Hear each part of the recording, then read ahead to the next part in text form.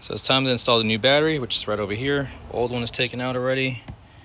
And this is the area that you drop it down in, right back over here. I just use this little C-clamp here to hold this hose in place so it doesn't get in the way because it's very tight inside here. So here are all the tools I used today in this video. This C-clamp right here I used to hold the hose down to keep it out the way, and I just kind of held it right over here. I have some gloves to prevent my hands from getting all jacked up and getting cut up. And I used this impact driver with a long extended Phillips head. If you want to check this awesome product, link will be down in the description below, but this would not be possible without having this tool here because it's very tight in there, and the only way you can get in there is with one of these right here.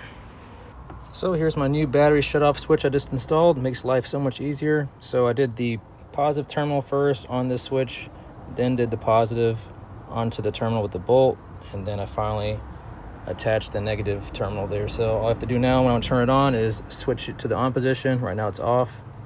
And then I went in and used the that rubber band mount to keep the switch in place. All right, so I have the key connected to the Sea-Doo, and you can see here there's no power. So I'm gonna go ahead and turn on the switch right over here.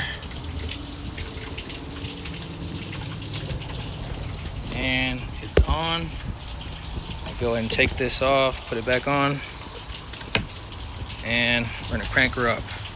There we go.